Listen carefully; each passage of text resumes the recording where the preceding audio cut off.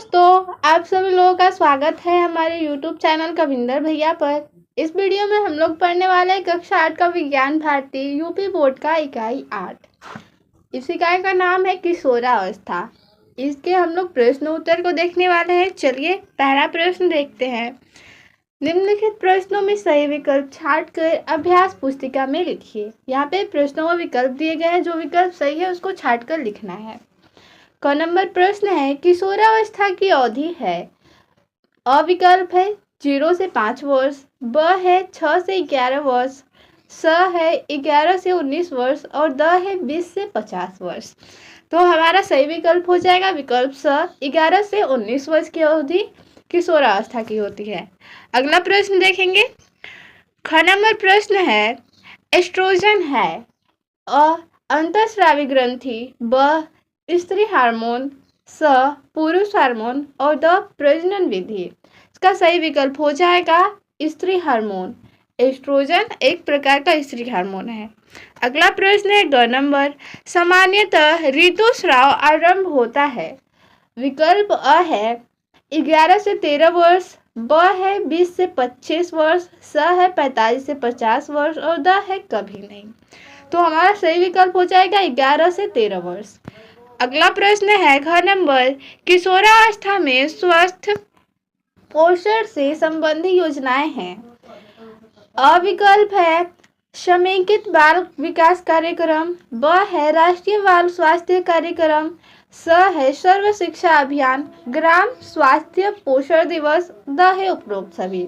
हमारा सही विकल्प हो जाएगा उपरोक्त सभी। किशोरावस्था में स्वास्थ्य पोषण से संबंधित ये सभी योजनाएं हैं। अगला प्रश्न। अंगन नंबर विश्व जनसंख्या दिवस मनाया जाता है। अ विकल्प है 31 मई, ब है 5 जून, स है 11 जुलाई और द है 13 अक्टूबर। सही विकल्प हो जाएगा 11 जुलाई। आगे प्रश्न 2 नंबर है रिक्त स्थानों की पूर्ति करो। इसका हम लोग उत्तर देखेंगे। क नंबर प्रश्न है जनन परिपक्वता खाली स्थान में आती है। तो जनन परिपक्वता जननांग में आती है, रिक्त स्थान में जननांग भर देंगे। ख नंबर है किशोरों के गले में स्वर यंत्र के उभार को खाली स्थान कहा जाता है। कंठमणि कहा जाता है, रिक्त स्थान में कंठमणि भरेंगे। ग नंबर प्रश्न है युग्मनज का पोषण खाली स्थान में होता है। कहाँ होता है? गर्भ में, रिक्त स्थान में गर्भ भर देंगे। घ नंबर है अधिक मदिरा का सेवन व्यक्ति के खाली स्थान को प्रभावित करता है। तो किसे प्रभावित करता है? तंत्रिका तंत्र को, रिक्त स्थान में भर देंगे तंत्रिका तंत्र। अंग नंबर है मिशन इंद्रधनुष का उद्देश्य सभी बच्चों का खाली स्थान कराना है। टीकाकरण कराना है मिशन इंद्रधनुष का उद्देश्य, तो यहाँ पे टीकाकरण भर देंगे। अगला प्रश्न है 3 नंबर। सत्य कथन के आगे सही तथा असत्य कथन के सामने गलत का निशान लगाइए। क्या इसका उत्तर देख लेंगे। क नंबर है पहले ऋतुस्राव को रजो दर्शन कहते हैं। ये हम लोग का सही कथन है, तो इसके आगे सही का निशान लगा देंगे। ख नंबर है द्वितीयक लैंगिक लक्षण शैशवावस्था में दिखाई देते हैं। ये गलत है। ग नंबर है लिंग गुणसूत्र एक्स सिर्फ स्त्रियों में पाया जाता है। ये हम लोग का सही कथन है। घ नंबर है पुरुष हार्मोन टेस्टोस्टेरॉन है, तो ये हम लोग का सही है। इसके आगे सही का निशान लगा देंगे। अंग नंबर है धूम्रपान अधिक करने से श्वास संबंधी रोग हो जाते हैं। ये हम लोग का गलत कथन है। आगे है 4 नंबर। निम्नलिखित के सही जोड़े बनाइए। यहाँ पे स्तंभ क दिया है और स्तंभ ख दिया है। स्तंभ क में दिया है शुक्राणु, अंडाणु, हार्मोन, स्वर परिवर्तन, दाढ़ी मूछ निकलना और स्तंभ ख में दिया है अंतःस्रावी ग्रंथि, वृषण, द्वितीयक लैंगिक लक्षण, अंडाशय और स्वर यंत्र। तो इसका हम लोग सही जोड़ा देख लेते हैं। स्तंभ क का ख से मिलान करना है, तो शुक्राणु का हो जाएगा वृषण, अंडाणु का हो जाएगा अंडाशय, हार्मोन का हो जाएगा अंतःस्रावी ग्रंथि, स्वर परिवर्तन स्वर यंत्र, दाढ़ी मूछ निकलना ये हो जाएगा द्वितीयक लैंगिक लक्षण। अगला प्रश्न है 5 नंबर। निम्नलिखित प्रश्नों के उत्तर दीजिए। क नंबर प्रश्न है किशोरावस्था में होने वाले शारीरिक तथा मानसिक परिवर्तनों का उल्लेख कीजिए। तो किशोरावस्था में कौन कौन से शारीरिक परिवर्तन और मानसिक परिवर्तन होते हैं उसका उल्लेख करना है। इसका उत्तर देखेंगे, यहाँ पे हेडिंग लिख लेंगे किशोरावस्था के शारीरिक परिवर्तन कौन कौन से है। तो लंबाई में वृद्धि, स्वर में बदलाव, जननांगों में परिपक्वता एवं श्वेत एवं ताल ग्रंथियों की सक्रियता।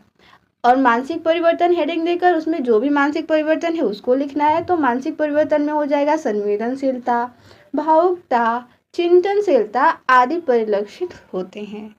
आगे देखेंगे ख नंबर प्रश्न, द्वितीयक लैंगिक लक्षण किसे कहते हैं तथा ये किस प्रकार नियंत्रित होते हैं। इसका उत्तर हो जाएगा कुछ ऐसे लक्षण जो किशोरावस्था के समय विकसित होते हैं तथा पुरुष तथा स्त्री में अंतर को स्पष्ट करते हैं, द्वितीयक लैंगिक लक्षण कहलाते हैं। जैसे किशोरावस्था में लड़कों के चेहरे पर दाढ़ी मूंछ तथा लड़कियों में स्तनों का विकास आदि। यह लक्षण अंतःस्रावी ग्रंथियों में स्रावित हार्मोन द्वारा नियंत्रित होता है। आगे है ग नंबर प्रश्न, किशोरावस्था में व्यक्तिगत सफाई के महत्व को स्पष्ट कीजिए। इसका उत्तर हो जाएगा किशोरावस्था में व्यक्तिगत सफाई का महत्व श्वेत एवं तैल ग्रंथियों की क्रिया भी बढ़ जाने से शरीर से गंध आने लगती है।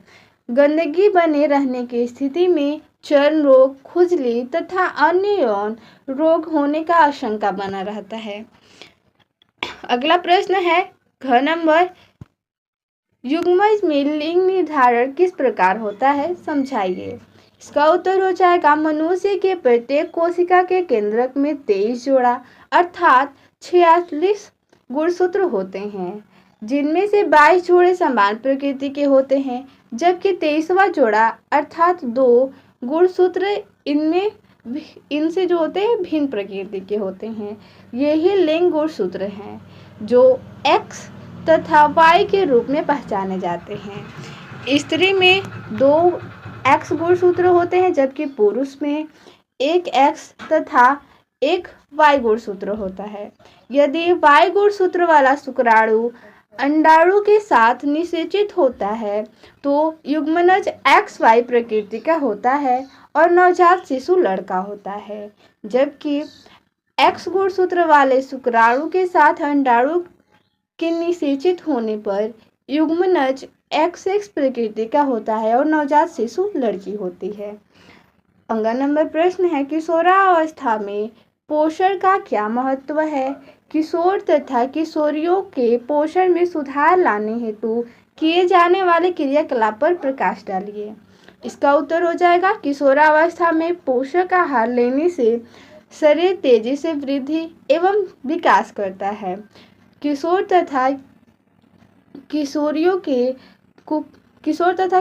के पोषण में सुधार लाने हेतु किए जाने वाले क्रियाकलाप पर प्रकाश निम्नलिखित है।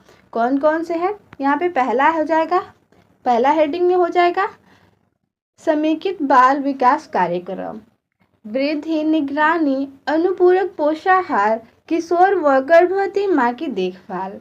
दूसरा हो जाएगा हेडिंग स्वास्थ्य विभाग, तो इसके अंदर हो जाएगा टीकाकरण। तीसरा पंचायती राज हेडिंग डाल के लिख देंगे, इसके अंतर्गत शौचालय का निर्माण व साफ सफाई करना। चौथा हो जाएगा हम लोग का हेडिंग सर्व शिक्षा अभियान, इसके अंतर्गत हो जाएगा मध्याह्न भोज। अगला मध्याह्न भोजन हो जाएगा। अगला प्रश्न है 6 नंबर प्रश्न है धूम्रपान एवं मादक द्रव्यों से होने वाले दुष्प्रभाव का वर्णन कीजिए। इसका उत्तर में लिख लेंगे पहले हेडिंग धूम्रपान एवं मादक द्रव्यों से होने वाले दुष्प्रभाव। उसके बाद कौन कौन से दुष्प्रभाव है, तो पहला हो जाएगा श्वास संबंधी रोग हो जाते हैं। दूसरा तंत्रिका तंत्र प्रभावित होता है।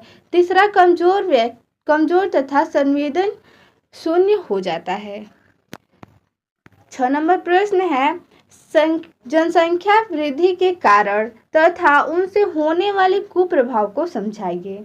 इसका उत्तर में लिखेंगे सबसे पहले जनसंख्या वृद्धि के कारण के हम लोग हेडिंग लिख लेंगे, उसके अंतर्गत लिखेंगे जनसंख्या वृद्धि के कारण निम्नलिखित है। कौन कौन से, तो पहला देश की गर्म जलवायु, दूसरा विवाह की अनिवार्यता, तीसरा कम उम्र में विवाह और चौथा यौन शिक्षा का अभाव। पांचवा हो जाएगा परिवार नियोजन उपायों की सीमित जानकारी। यहाँ पे जनसंख्या वृद्धि के कुप्रभाव भी लिखना था तो हेडिंग ले लेंगे जनसंख्या वृद्धि के कुप्रभाव। इसके अंतर्गत लिखेंगे कौन कौन से कुप्रभाव है। पहला, प्राकृतिक संसाधनों पर दबाव जिससे भोजन, पानी, भूमि पर बुरा प्रभाव। दूसरा, देश की सामाजिक आर्थिक विकास की गति पर बुरा प्रभाव। तीसरा, निर्धनता। चौथा, महंगाई। पांचवा, आवास सुविधाओं में कमी। छठवां हो जाएगा रोजगार में कमी। सातवां हो जाएगा अपराधों में वृद्धि। आगे प्रश्न ज नंबर देखेंगे। परिवार निरोध विधियों का प्रसार किस प्रकार किया जा सकता है। इसका उत्तर हो जाएगा परिवार निरोध विधियों का प्रसार मनुष्य में परिवार नियोजन उद्देश्य की जागरूकता से किया जा सकता है। जैसे पहला, 2 बच्चों के बीच कम से कम 3 वर्षों का अंतराल रखना। दूसरा हो जाएगा बेटे हो या बेटियां दोनों की समान शिक्षा उपलब्ध कराकर। तीसरा, ग्रामीण क्षेत्रों में परिवार कल्याण कार्यक्रम के प्रति जागरूकता लाकर। नंबर प्रश्न है परिवार कल्याण कार्यक्रम के अंतर्गत संचालित योजनाओं को लिखिए। इसका उत्तर हो जाएगा पहला कार्यक्रम यानी पहला योजना हो जाएगा मिशन इंद्रधनुष। इसको हम लोग हेडिंग लिख लेंगे। इसके अंतर्गत हो जाएगा इंद्रधनुष के 7 रंगों को प्रदर्शित करने वाला मिशन इंद्रधनुष मुख्य रूप से 7 डिप्थीरिया, काली खांसी, टिटनेस, पोलियो, तपेदिक, खसरा तथा हेपेटाइटिस बी बीमारियों के टीके बच्चों को लगाकर उन्हें इन बीमारियों से सुरक्षित रखना है।